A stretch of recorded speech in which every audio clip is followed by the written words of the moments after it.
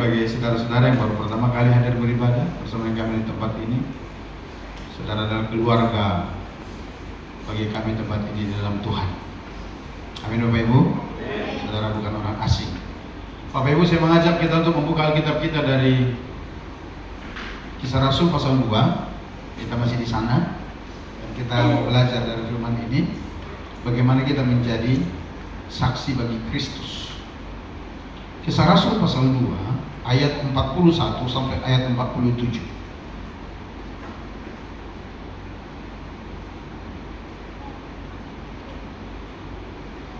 Kisah Rasul pasal 2 ayat 41 sampai ayat yang 47. Bapak Ibu, kita akan baca bersama-sama perlahan dengan bersuara.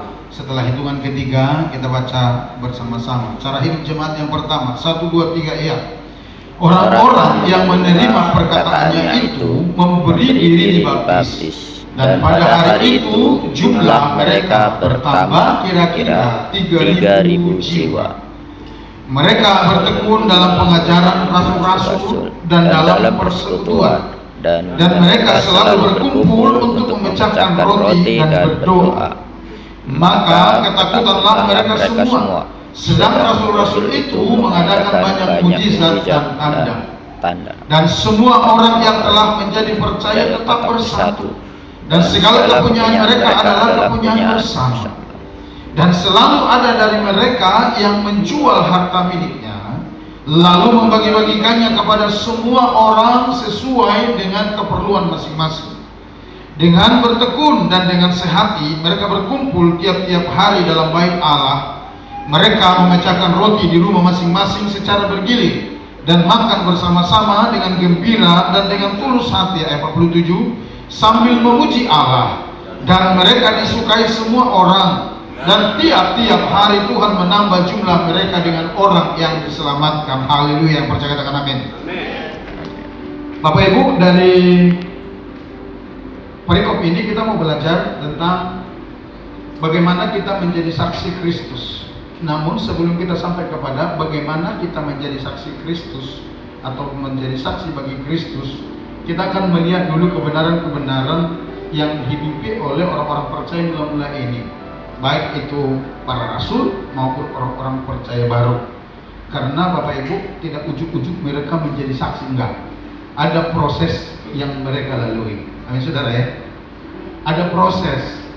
Tidak tiba-tiba begitu mereka percaya lalu langsung menjadi saksi Kristus, enggak.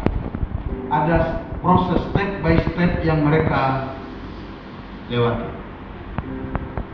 Dan itu Bapak Ibu normal saja. Ya. Itu normal saja. Enggak usah berbicara masalah untuk menjadi saksi. Dari kacang hijau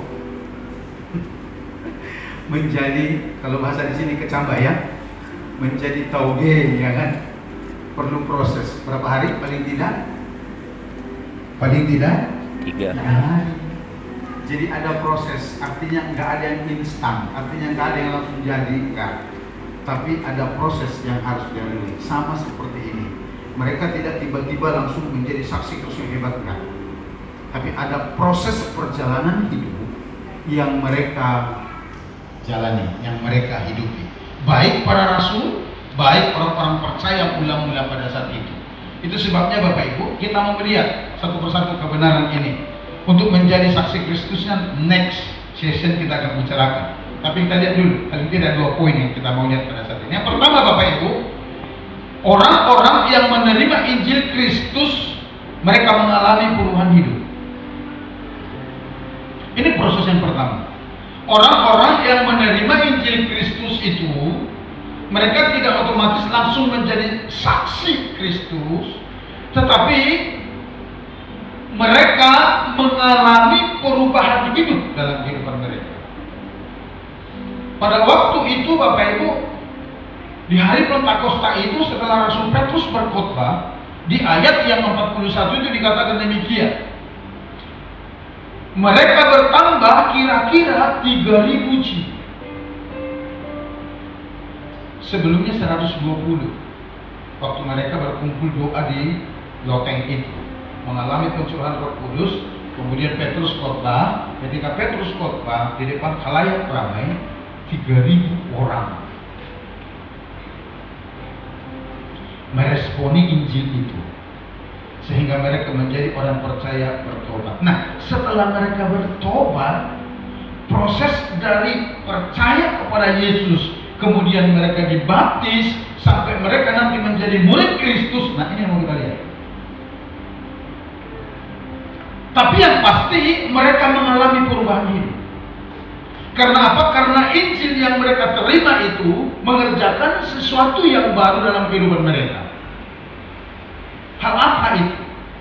Contohnya kita lihat Bapak Ibu, mereka mengalami perubahan hidup di dalam hal belajar firman Tuhan. Di dalam ayat 41 dikatakan demikian, orang-orang yang menerima perkataannya itu memberi diri dibaptis, dan pada hari itu jumlah mereka bertambah kira-kira 3.000 jiwa. Perhatikan ayat 42. Mereka bertekun dalam pengajaran rasul-rasul. Orang-orang yang percaya kepada Yesus ini, orang-orang yang telah dibaptis ini, mereka sekarang mengalami perubahan hidup. Apa itu? Yang pertama, mereka suka belajar firman. Itu keren sebenarnya. Mereka suka belajar firman, sehingga mereka memberi diri mereka diajar oleh para rasul. Untuk apa? Untuk mereka bertumbuh. Untuk apa? Untuk mereka mengenal Allah dengan benar. 2 minggu yang lalu kan saya sampaikan, saudara ya. Bukan 2 minggu, 3 minggu yang lalu saya sampaikan, orang lahir baru tidak otomatis mengenal Allah dengan benar. Mereka harus memberi diri untuk belajar dan diajar kebenaran Allah. Dan itu jemaat mula-mula lakukan. Dan saya mau katakan, seharusnya kita sebagai orang percaya juga idealnya begitu. Kita harus mengalami perubahan hidup dan menjadi orang yang menyukai firman, orang yang menyukai belajar firman. Supaya apa? Supaya kita mengenal Allah dengan benar. Sebab kalau enggak, kita tidak mengenal Allah dengan benar. Kalau di Badau minggu lalu saya katakan demikian. Mujizat, perhatikan, mujizat sekalipun itu penting dalam kehidupan orang percaya, tapi itu tidak akan membuat saudara mengenal Allah dengan benar. Itu hanya membuat saudara percaya. Bisa menangkapnya? Mujizat tidak akan membuat saudara mengenal Allah dengan benar, hanya membawa mempercayai Tuhan. Ya. Yang kedua, mujizat tidak akan membawamu bertumbuh di dalam pengenalan akan Tuhan, tidak akan membawa bertumbuh di dalam Tuhan. Masa iya Pak? Iya, tak percaya baca Alkitab. Kenapa bangsa Israel dicatat di dalam Alkitab? Khususnya yang berusia 20 tahun ke atas itu, yang berangkat dari Mesir masuk ke tanah Kanaan itu, semua selesai di padang gurun. Apakah mereka karena kekurangan mujizat? Apa karena mereka kurang melihat mujizat? Apakah mereka karena tidak mengalami mujizat? Alkitab tidak berkata begitu. Hidup mereka saban hari ada dalam mujizat Tuhan. Amin. Tapi ternyata mereka dibinasakan di padang gurun. Kenapa begitu? Karena mereka tidak bertumbuh dalam pengenalan akan Allah. Yang membuat kita bertumbuh di dalam Tuhan itu, yang membuat kita bertumbuh mengenal Allah dengan benar, adalah firman. Itu sebabnya Bapak Ibu, sebagai orang percaya kepada Tuhan, ayo relakan hati kita untuk belajar firman. Karena kalau orang yang hanya mengenal Tuhan melalui mujizat, ketika dia mengalami persoalan dan sekian lama dia menderita sakit penyakit dan sakitnya tidak disembuhkan, dia akan berkata, benar tidak Tuhan ada? Halo? Halo? Tapi kalau kita belajar firman, kalau kita mau mengkaji firman, kita membaca Alkitab, menerimanya dengan hati yang lembut, kata kitab Yakobus, saudara akan berkata seperti Ayub berkata. Di tengah dilanda masalah pergumulan hidup, tekanan demi tekanan datang, saudara akan berkata, terpujilah Dia. Amin. Amin. Tapi orang Kristen yang hanya dibesarkan oleh mujizat, mereka berkata, karena Tuhan mau mujizat, karena Tuhan dasar, Tuhan ada mana pertolongannya. Halo, jemaat belum mulai mengalami perubahan hidup. Yang pertama, mereka suka sekarang belajar firman. Di bulan-bulan yang lalu kita sudah singgung, orang percaya pada saat itu berasal dari agama Yahudi dan non-Yahudi. Bagi orang Yahudi, ajaran tentang Yesus itu juga masih sangat baru sekali. Bahkan banyak di antara mereka, khususnya para pembesar-pembesarnya, gak mau terima Yesus sebagai Tuhan dan Juru Selamat karena mereka gak yakin kalau itu adalah Mesias yang diutus. Mereka berkata demikian, siapa manusia ini? Sanak saudaranya adalah sama dengan kita. Jadi banyak di antara mereka yang anti kepada Yesus. Apalagi orang-orang Yahudi. Kalau perhatikan ketika mereka menerima perkataan Rasul Petrus, menerima Injil itu, memberi diri dibaptis. Nah sekarang mereka berubah. Kesukaan mereka sekarang firman Allah. Pedoman hidup mereka sekarang firman Allah. Yang menggerakkan hidup mereka sekarang firman Allah, bukan lagi yang lain. Nah, itu yang pertama yang kita lihat dalam perubahan yang mereka lakukan. Yang kedua, selain daripada mereka suka belajar firman, mereka suka hidup di dalam persekutuan. Mereka suka hidup dalam persekutuan. Mereka bertekun dalam pengajaran Rasul dan dalam persekutuan. Yang tadinya mungkin mereka suka hidup dengan sendiri-sendiri, mereka suka hidup dengan menyendiri lah ya. Tidak mau bergabung dengan yang lain. Nah sekarang mereka suka hidup dalam persekutuan dengan saudara seiman. Dan itu yang seharusnya ada juga dalam diri kita. Kenapa? Karena Injil itu mengerjakan itu dalam kehidupan orang percaya. Karena ketika kita percaya Yesus lalu kita dibaptis, nanti Bapak Ibu baca dalam 1 Korintus dikatakan itu sebagai tanda penyatuan kita ke dalam tubuh Kristus. Tidak ada lagi di sana golongan dari suku tertentu. Tidak ada lagi pengelompokan, tidak lagi pengkotak-kotakan. Nggak ada lagi orang berkata demikian, oh kami ini dari ras yang warna kulitnya kuning mangsa. Oh kami ini dari rasnya rambutnya lurus. Sementara yang lain berkata kami ini dari golongan yang rambut keriting. Nggak ada lagi yang berkata kami ini dari kelompok orang yang mata kantuk. Itu bahasa saya. Sipit maksud saya. Nggak ada lagi yang berkata kami ini dari golongan orang yang mata blok. Nggak ada. Alkitab berkata semuanya kita menjadi satu tubuh di dalam Kristus. Amin.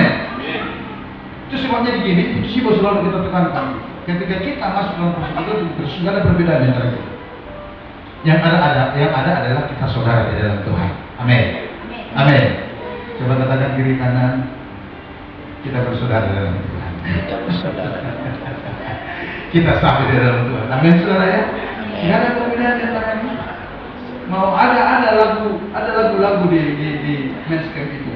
Hitam atau putih, kulit hitam, kulit putih, bukan gula kulit putih, semuanya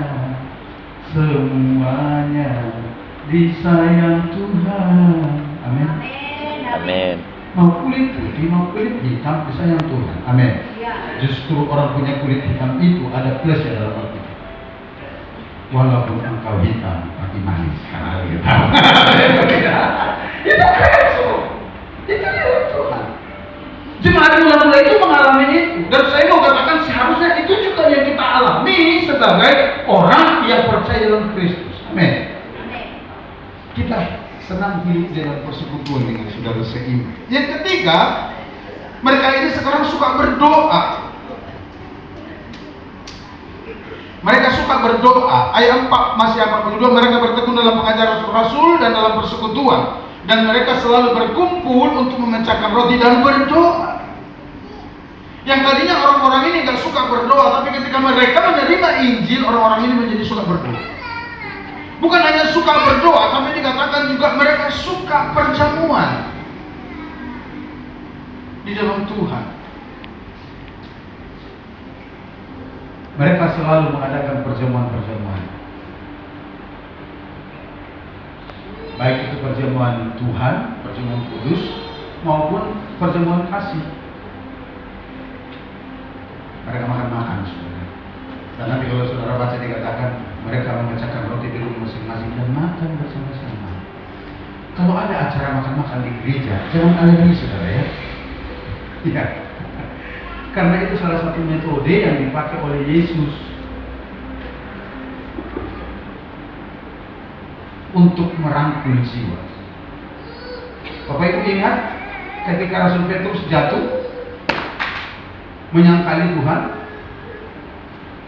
waktu Yesus memulihkan Petrus di pinggir danau Galilea, apa yang dilakukan? Ajak makan dulu. Betul. Enggak, Yesus datang langsung ke pinggir danau Galilea ketika temukan Petrus dan teman-temannya yang menjala itu, lalu semalam-malaman nol besar enggak menghasilkan apa-apa. Yesus enggak berdiri di pinggir danau berkata, "Nah, rasain loh. Kan 6 hari yang lalu kau menyangkali aku 3 kali. Sekarang akibat perbuatan itu kau sekarang zong besar." Enggak. Tapi yang dikatakan oleh Yesus, "Adakah barang lauk bagimu, anak-anakku?" Dan ketika para murid itu mendarat, Alkitab mencatat begini, mereka temukan di sana ada roti panggang dan ikan bakar. Lalu mereka makan. Setelah mereka makan udah kenyang, baru Yesus ngomong sama Petrus, "Apakah engkau mengasihi aku lebih daripada?" Waduh, itu keren banget, saudara, ya.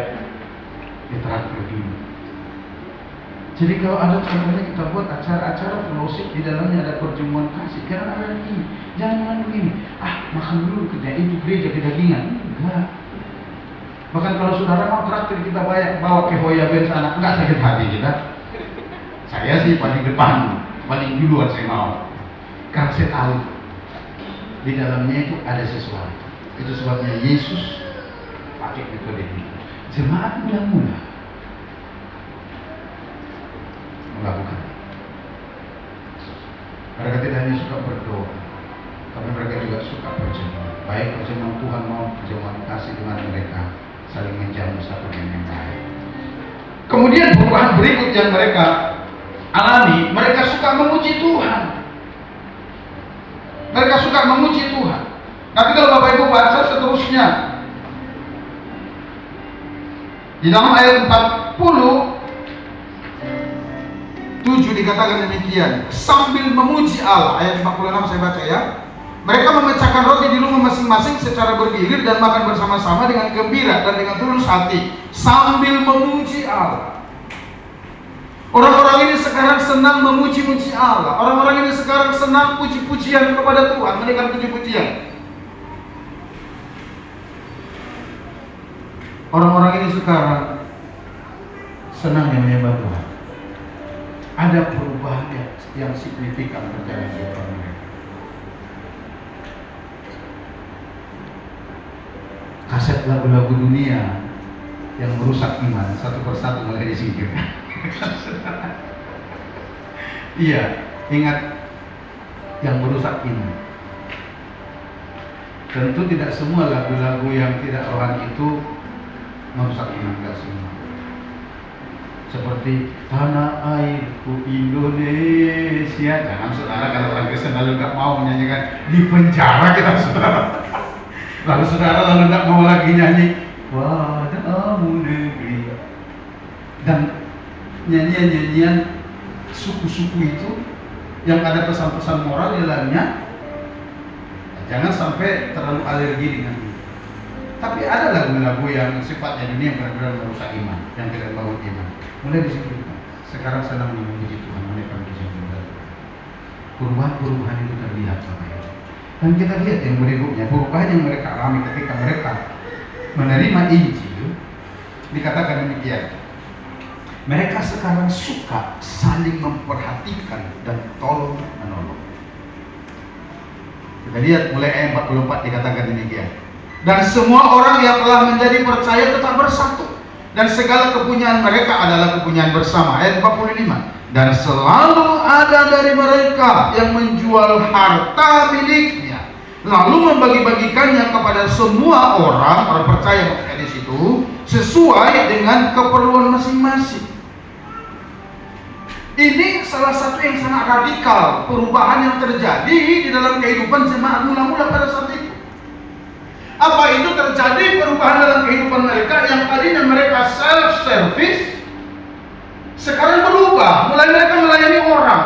Yang tadinya mereka egosentris, segala sesuatu menarik perhatian ke dalam diri mereka. Sekarang mereka, saya pakai kata radikal. Karena apa? Karena ayat 5 itu selalu ada di antara mereka yang menjual hartanya. Radikal itu.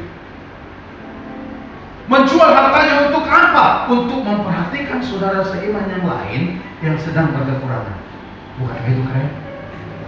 Halo? Orang-orang yang menerima Injil memang idealnya seperti ini. Karena apa? Karena Injil mengajar kita untuk mengasihi orang lain seperti diri kita sendiri. Amin. Ini yang harus kelihatan di dalam kehidupan orang percaya.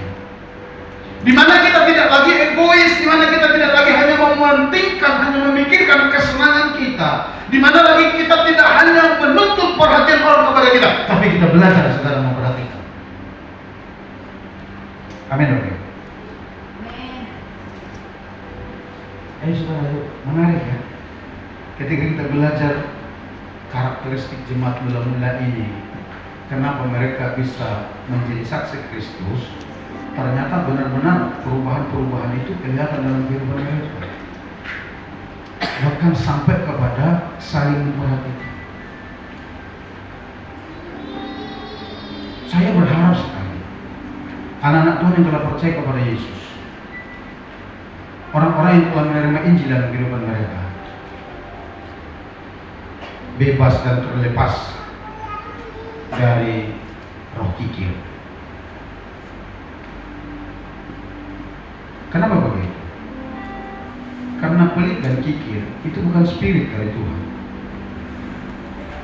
Bahkan kalau Bapak Ibu baca dalam 1 Korintus pasal yang ke-6 ayat 9 sampai 10 dikatakan, orang kikir tidak mendapat bagian dalam kerajaan Allah. Saking mau menegaskan bahwa sikap pelit, kikir, memperhatikan diri sendiri, menyenangkan diri sendiri, itu bukan sikap dari kerajaan Allah. Itu sebabnya orang percaya yang mengalami Injil sebenarnya harus hidup di dalam kemurahan hati. Mereka harus bisa merasakan apa yang orang lain rasakan. Amin. Jemaat mula-mula ini yang tadinya mereka hidup seperti saya katakan tadinya untuk diri sendiri, sekarang mereka berubah total. Bahkan mereka radikal caranya. Karena apa? Karena Injil Kristus mengerjakan sesuatu dalam kehidupan mereka. Ayo Bapak Ibu, sebagai orang percaya pada saat ini, saya mau katakan begini. Jangan pernah berpikir ketika kita memperhatikan orang, lalu kita akan jatuh miskin. Nah,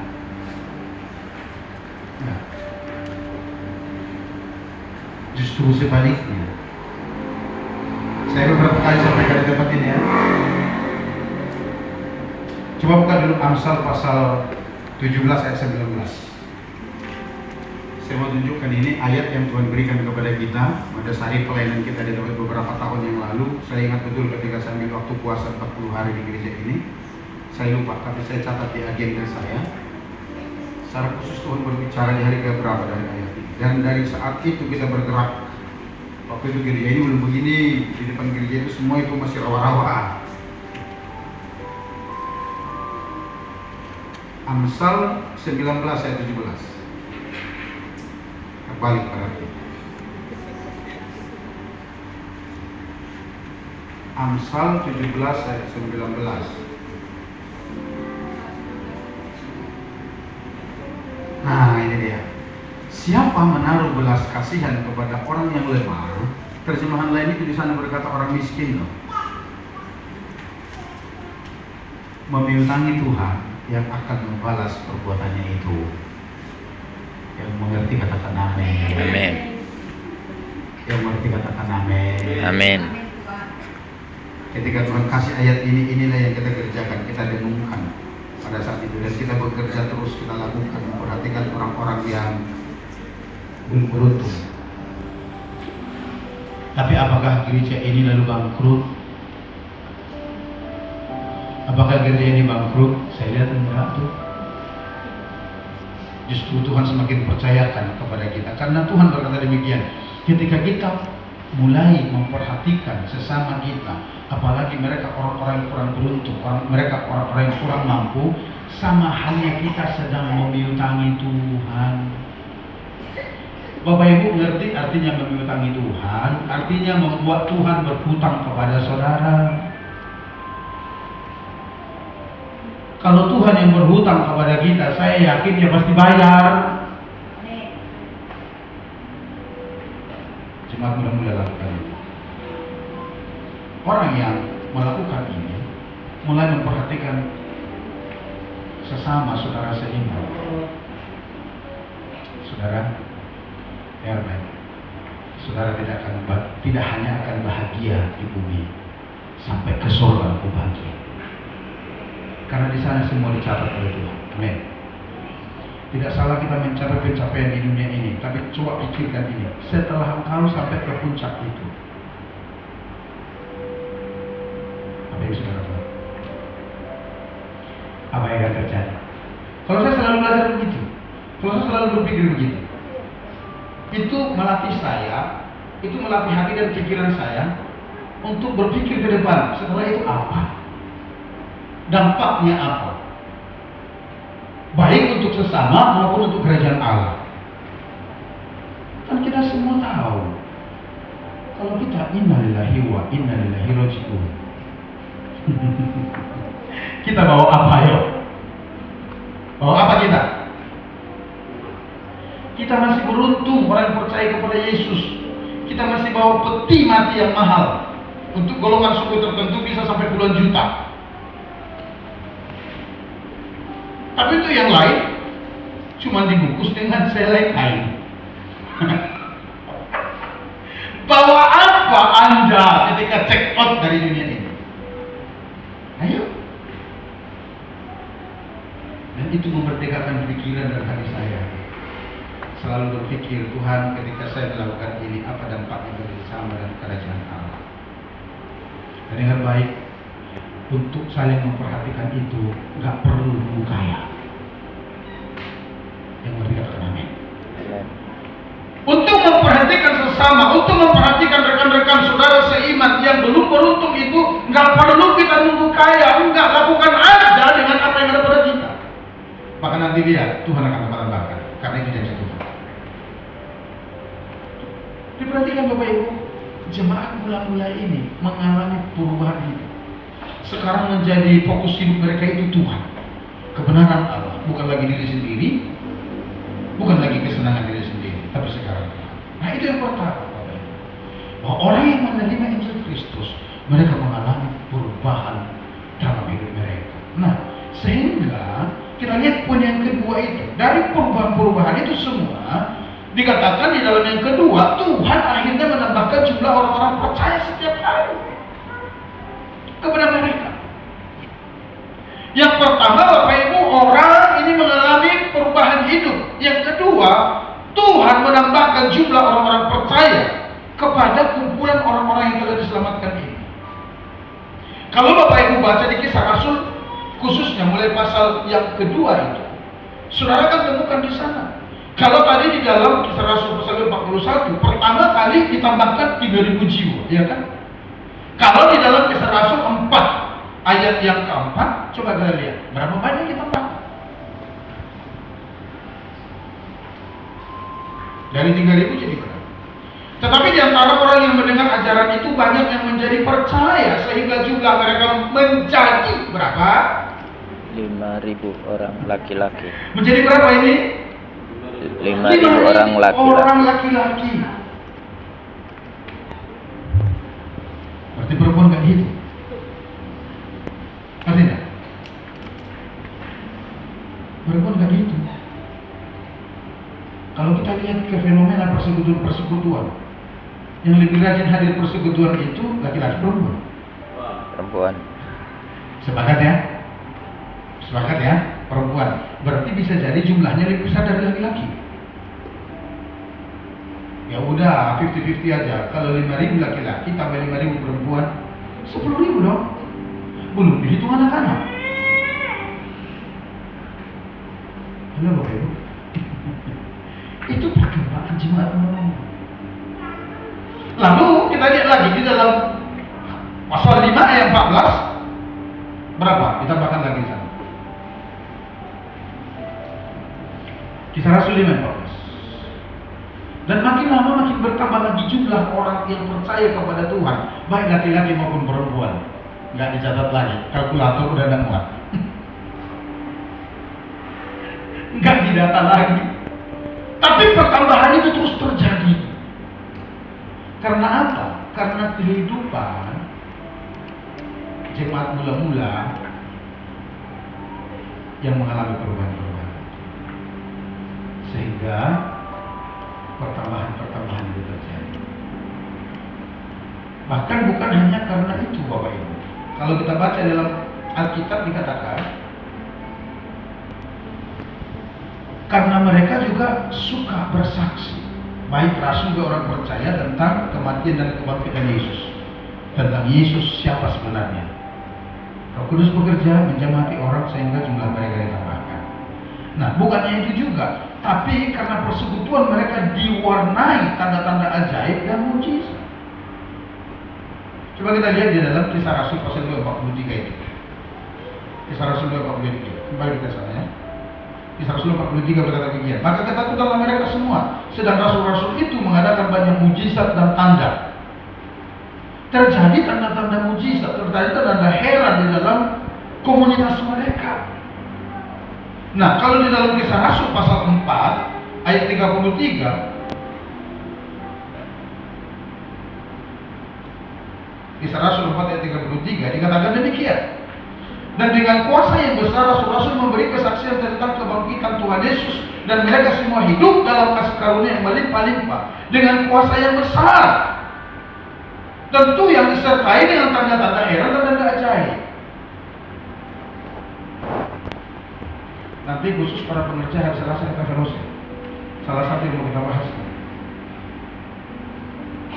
Karena kehadiran tanda-tanda ajaib mujizat di dalam sebuah komunitas itu akan menarik orang datang bergabung ke komunitas orang percaya. Saya membaca salah satu buku, dikatakan demikian. Salah satu yang hilang dari kehidupan gereja Tuhan saat ini adalah itu. Nanti hari Selasa khusus para pekerja kita berbincang dulu. Setelah itu nanti masing-masing ketua konsel akan share di konsel masing-masing supaya kita bergerak bersama-sama. Bapak Ibu rindu semakin banyak jiwa dimenangkan bagi Tuhan, kan? Amin. Ayo kita bergerak dalam hal ini, ya. Nah, bukan hanya tanda-tanda mujizat itu, tapi sekali lagi hidup mereka yang mengalami perubahan itu benar-benar menjadi sebuah kesaksian radikal bagi orang yang membuat mereka itu semakin bertambah. Kita kembali ke Kisah Rasul pasal 2 ayat yang 47.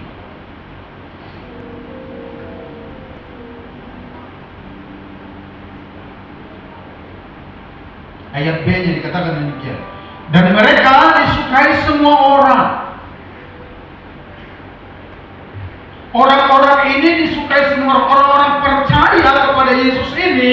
Oleh karena Injil mengerjakan sesuatu dalam kehidupan mereka, mereka mengalami perubahan hidup, sehingga mereka disukai semua orang. Amin. Amin. Amin. Bapak Ibu, saya tidak tahu di dalam kehidupan Bapak Ibu sehari-hari, apakah dalam kehidupan sehari-hari pergaulan kita semakin disukai orang atau tidak. Di tempat pekerjaan kita disukai orang atau tidak. Tapi saya mau katakan demikian. Pertama, kalau saudara tidak disukai orang karena saudara hidup radikal dalam kebenaran Allah, saya mau katakan, gak usah berkecil hati. Tetap maju di dalam Tuhan. saya pendukung. Amin.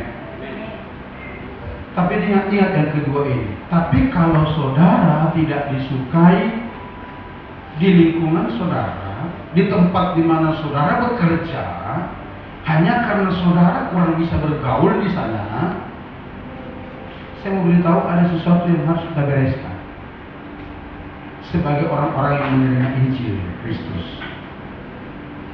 Amin. Ingat dua hal ini. Kalau karena saudara menghidupi kebenaran Allah dengan radikal seperti Sadrak, Mesak, Abednego plus Daniel, sehingga hidup saudara kurang disukai orang, saya mau katakan jangan malu, jangan putus asa, jangan minder, tidak perlu merasa terintimidasi, maju aja terus. Saya siap mendukung saudara. Amin. Tapi kalau saudara, kalau kita pada akhirnya tidak disukai orang, karena kita kurang bisa membawa diri, karena kita pergaulannya tidak baik, karena komunikasi kita, interaksi kita tidak baik, sering melukai orang, saya mau katakan ada sesuatu yang harus kita selesaikan dalam kehidupan kita. Ada sesuatu yang harus kita perbaiki. Amin. Termasuk dalam bergurau, Bapak Ibu. Saya orang yang suka bergurau. Bapak Ibu senang bergurau? Bapak Ibu, kadang-kadang bergurau itu lebih sakit daripada kelahi benar. Benar? Dan itu filosofi orang Batak. Orang Batak berkata demikian. Bergurau jauh lebih sakit daripada tengkar benar. Karena ketika orang bergurau, dia bisa menghina kita sehina-hinanya. Tapi ingat konteksnya bergurau. Lalu kita harus tahu itu. Kita harus melihat porsi itu. Ini di mana ini porsinya ini? Ini konteks bergurau atau serius? Kalau serius, orang tidak akan hina kita. Karena ini berpikir begini, nanti saya dibunuh, mati saya.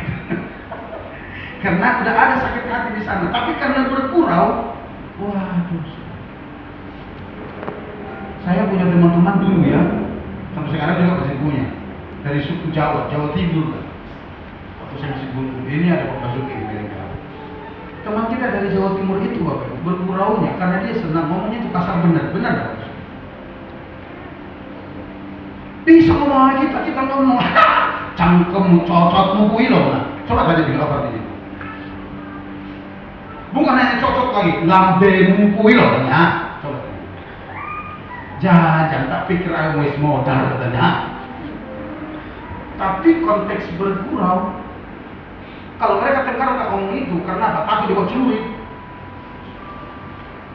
Nah itu kita harus paham di dalam pergaulan kita.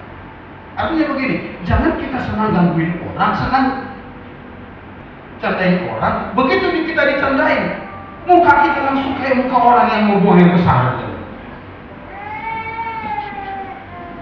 Kalau begitu caranya, nggak ada orang yang mau berteman dengan kita. Betul Bapak Ibu? Jadi kita harus lihat, ini porsinya yang mana. Perubahan itu harus kita tunjukkan. Karena lewat itu, dikatakan mereka semua disukai orang. Jangan mau menang sendiri. Jangan menganggap diri paling benar. Kalau menganggap diri paling benar itu kita cari barometernya apa. Orang Kristen itu firman Tuhan. Kita lihat ke sana. Ukurannya ada di situ. Amin Bapak Ibu. Bertahun-tahun yang lalu saya pelayanan di salah satu desa terpencil di Kalimantan Barat. Saya mau saksikan ini. Namanya juga desa terpencil. Banyak orang di sana nggak bisa baca tulis. Tapi tahu Bapak Ibu, ada seorang pemuda saya benar-benar nggak tahu baca tulis, ngomong bahasa Indonesia aja belepotan. Tapi Bapak Ibu tahu, ketika saya ada di sana dan beliau mengalami sesuatu lewat kehidupan, seorang dukun besar di kampung itu dimenangkan dalam hidup. Betapa kagetnya dia. Hari Minggu datanglah ini dukun ke gereja bawa segala jimat 1 karung penuh. dan minta diselesaikan, minta dibakar. Musuh punya musuh dari mana ini? Rupanya melalui kesaksian yang sangat-sangat tidak dianggap ini, yang tidak bisa baca tulis ini. Sampai dikunjungi bapak itu ke pondok ladangnya, ngobrol, dan bapak ini melihat ketika sedang, kenapa bapak tertarik? Yang begini, saya kenal orang itu orangnya emosian. Tapi beberapa bulan belakangan ini saja berubah total. Ada apa dengan dia? Amin. Ternyata perubahan itu bisa membawa jiwa datang kepada Tuhan. Amin. Amin. Nah, ini yang mau kita ekspresikan dalam kehidupan kita. Sehingga nanti kalau Bapak Ibu lihat apa yang dikatakan di dalam Kisah Rasul pasal 2 ayat 47 bagian terakhir itu dikatakan demikian. Dan tiap-tiap hari Tuhan menambah jumlah mereka dengan orang yang diselamatkan. Itu ada kaitannya. Saya pelajari dari teks Yunani itu ada kaitannya. Erat sekali kaitannya dengan perubahan hidup yang diekspresikan jemaat mula-mula. Artinya begini, Tuhan melihat jemaat ini sekarang wadahnya siap untuk menampung jumlah orang percaya yang lebih besar. Sehingga saban hari Tuhan menambah jumlah mereka. Tuhan menambah jumlah mereka. Karena apa? Mereka siap menerima. Karena apa? Sekarang hidup mereka berubah. Dan orang senang. Tuhan terus kirimkan. Tuhan terus tambahkan. Tuhan bekerja aktif di dalamnya. Itu sebabnya saya mau ngajak kita. Ayo, ketika ada orang Tuhan kirim, mari tangani dengan baik. Layani dengan baik. Perlakukan dengan baik. Tunjukkan sikap hati yang peduli kepada mereka. Sama seperti yang dilakukan jemaat mula-mula. Ada istilah umum, orang berkata demikian kan? Tindakan lebih keras berbicara daripada kata-kata.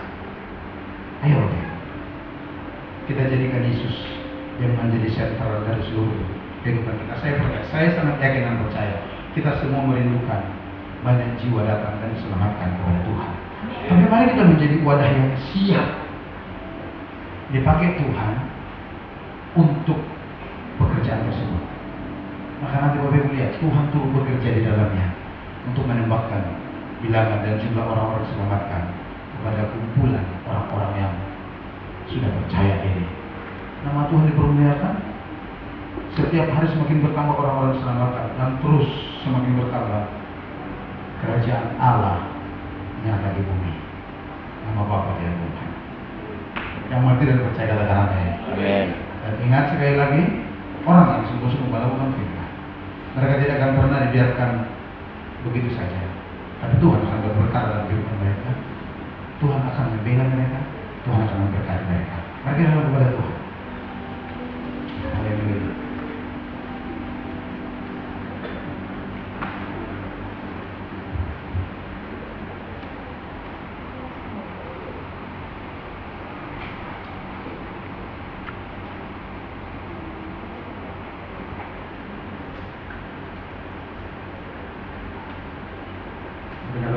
Kepala kita datang kepada Tuhan.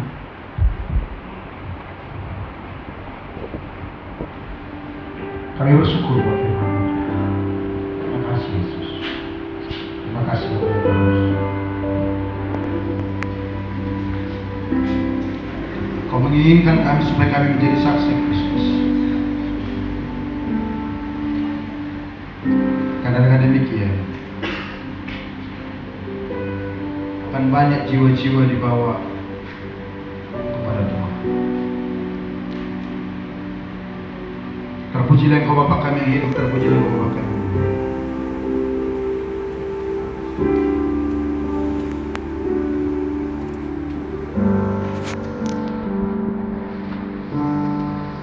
Roh Kudus, Engkau yang menguasai hati pikiran kami.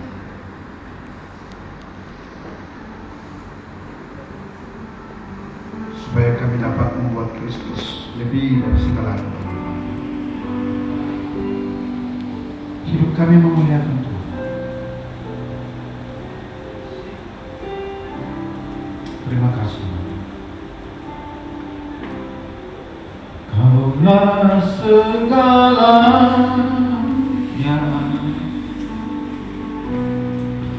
di di dalam hidup.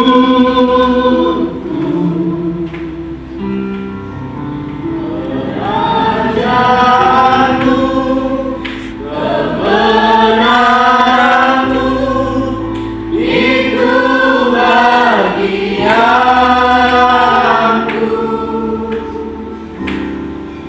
Kaulah yang kupandang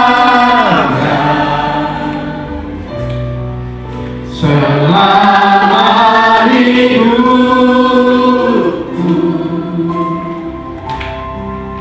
Kekasihmu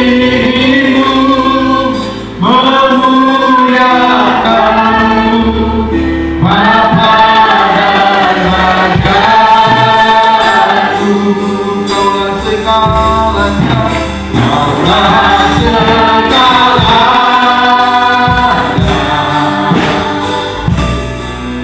Di dalam hidupku, kerajaanmu, kebenaranmu, itu bagianku.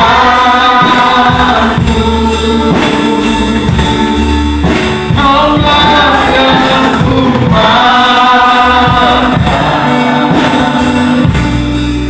selama hidupku. Mengasihimu,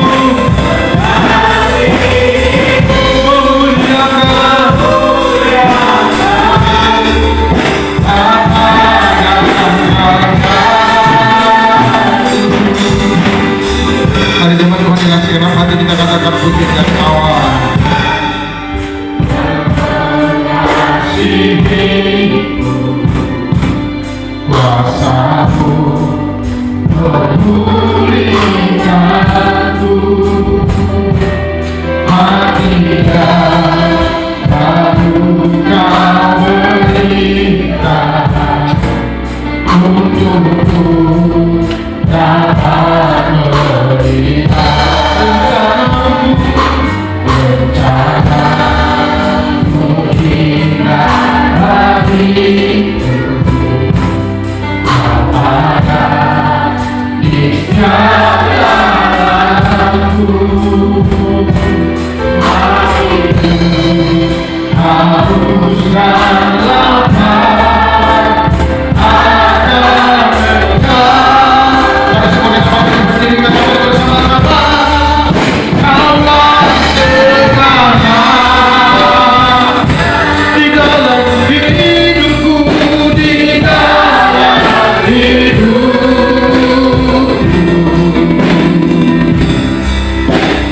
Kerajaanmu,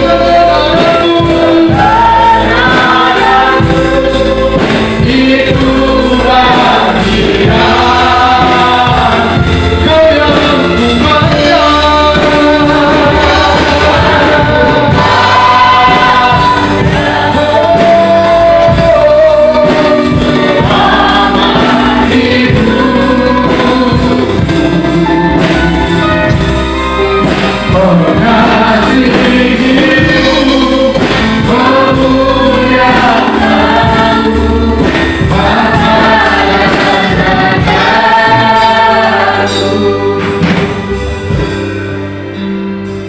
Bapak Ibu dikasih Tuhan.